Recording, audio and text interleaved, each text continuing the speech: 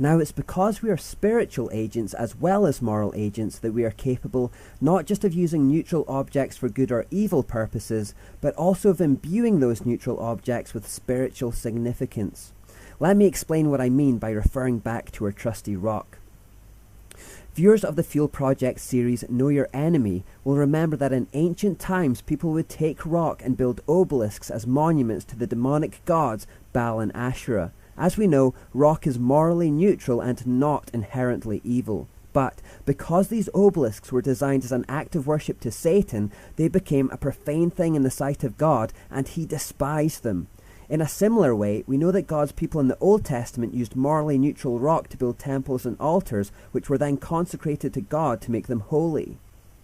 So you see, one man could take a type of rock and make an obelisk to Baal with it, and another man could take the exact same type of rock and build a temple to God with it. In doing so, one has been imbued with profanity and the other with holiness. Because we are spiritual beings, we are capable of imbuing neutral things with spiritual significance. To use another example, in Know Your Enemy, we looked at how occultists create symbols and imbue them with hidden meanings and power. Again, shapes and lines are neutral things. There's nothing inherently evil about a triangle, circle, or a square. But when they are created with a diabolical intention, demons attach themselves to it to fulfill the symbol's purpose, and it is then imbued with evil. I call this the Jonathan Livingston Seagull effect in Know Your Enemy, and this is essentially what witchcraft is about.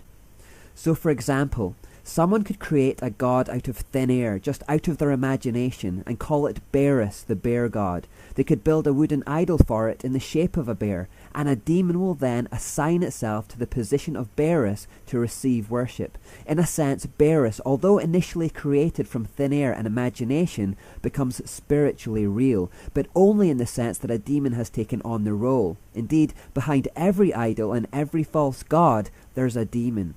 Therefore God will despise that idol and everything associated with it because of what it has been imbued with and what it represents.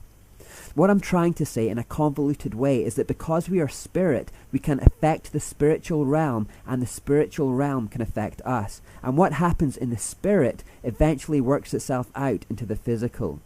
We can look at neutral things, therefore, as a blank canvas or empty containers. We can fill them with spiritual significance, and this has repercussions that people often don't think about. For example, if you have things in your home like Buddhas, African tribal masks, dream catchers, Masonic aprons, obelisks, occult books, Ouija boards, rock music that glorifies Satan, or anything of that nature, although these things are made from basically neutral stuff like wood, fabric, or plastic, they have in fact been consecrated to demonic spirits. They have been imbued with diabolical spiritual significance. And because that's the case, not only are they a detestable thing in the sight of God, but those same demonic spirits are now most likely being given legal access to your home. Turn to Deuteronomy in the Bible and we'll see how God tells his people that they must be vigilant in keeping their camp clean of detestable objects. You must burn their idols in fire, and you must not covet the silver or gold that covers them. You must not take it, or it will become a trap to you, for it is detestable to the Lord your God. Do not bring any detestable objects into your home, for then you will be destroyed, just like them. You must utterly detest such things, for they are set apart for destruction. In ancient times, it was common for idols to be made of wood and then covered with a layer of beaten gold or silver.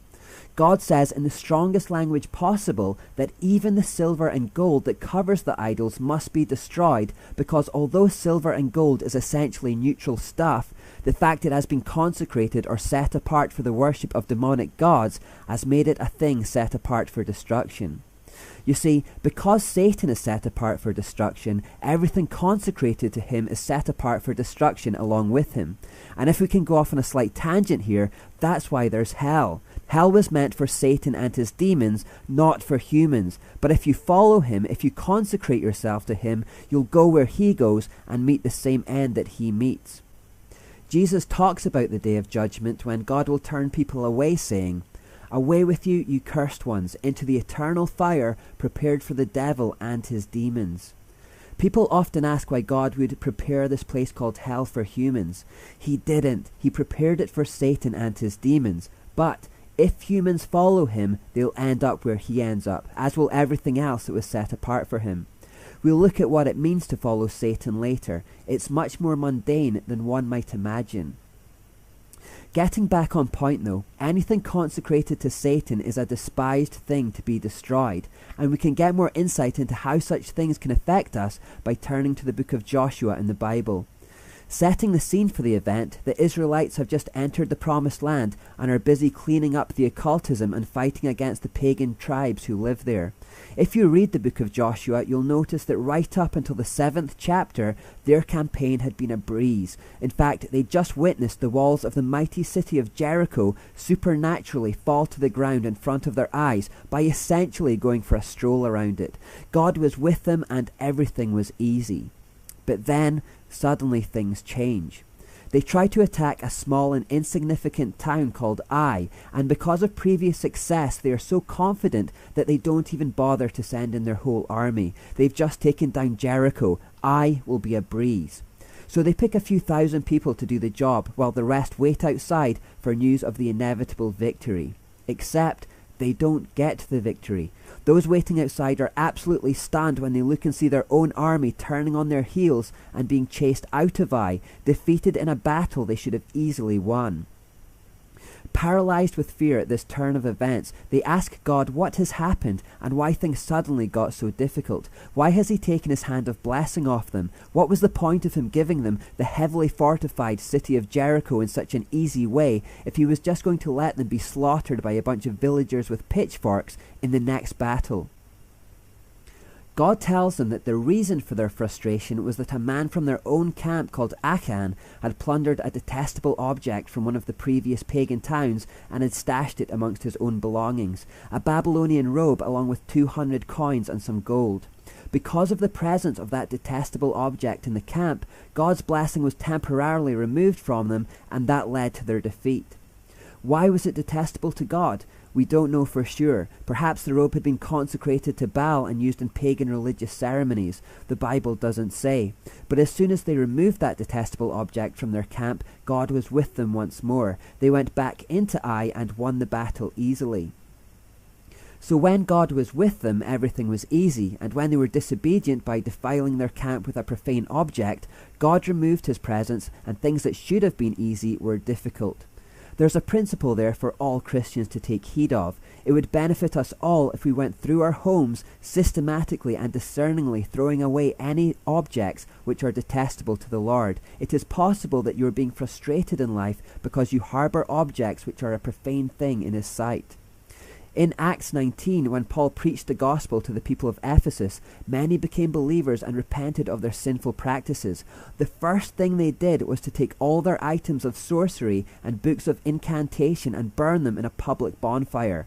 The value of the objects in the bonfire was estimated to be the equivalent of millions of dollars in today's money, and no doubt they could have been sold. However, the value didn't matter. They needed to be destroyed. We should do likewise with anything in our homes that dishonours God. Don't sell them and pass the problem on to someone else. Just burn them or destroy them in some other way. I have personal experience of this principle. When I was a teenager, I was asked to move in with a non-Christian girl, and I was pretty set on the idea. My parents felt that my moral judgment was being clouded by some of the objects in my room, namely some of the rock CDs in my collection. While I was out one evening, my parents, completely independently of one another, both felt God suddenly telling them that they should pray and anoint my bedroom with oil. They both planned to do it separately, so were surprised when they bumped into one another in the hall, both with a bottle of oil in their hands and heading for my room. They didn't tell me they'd done it, but the very next day I had a sudden change of heart and I said no to the girl. Not long after that, I also began to be convicted of the music I'd been listening to and began throwing out a lot of my CDs. It was only much later that my parents told me the story of what had happened, but my thinking and behaviour had changed almost instantly. A spiritual battle had been won. I eventually threw out my entire catalogue of secular rock CDs and could instantly feel an almost tangible lightness in the atmosphere. I only realised that there had been a heaviness after it had gone. My cousin also tells of a series of problems that he experienced in his home when he unwittingly brought back 2 Buddha bookends from Thailand. Things started going missing. There were nightmares, blackouts, things breaking, and even a 666 appearing on the wall of their living room, which couldn't be scrubbed off by any means, and which only disappeared when they invited a group from church to come and pray. The principle: keep your camp clean. And keep remembering, this phenomenon works in both directions, for good and for bad. During Paul's same trip to Ephesus that ended with the public bonfire of occult items, it was reported that when handkerchiefs or aprons that had been in Paul's possession touched the sick, they were healed and demonic spirits were expelled. Although a slightly different situation, there's also the story in the Gospels of a woman just touching Jesus' robe in faith and her illness being instantly healed. So not only should we watch what we allow into our homes and remove detestable objects from our camps to keep them clean, but it would also be a worthwhile exercise to proactively consecrate ourselves, our homes and our possessions to God. As for the occult items in your home, it's possible you are more frustrated and affected by the influence of those objects than you know, just like the Israelites under Joshua's command.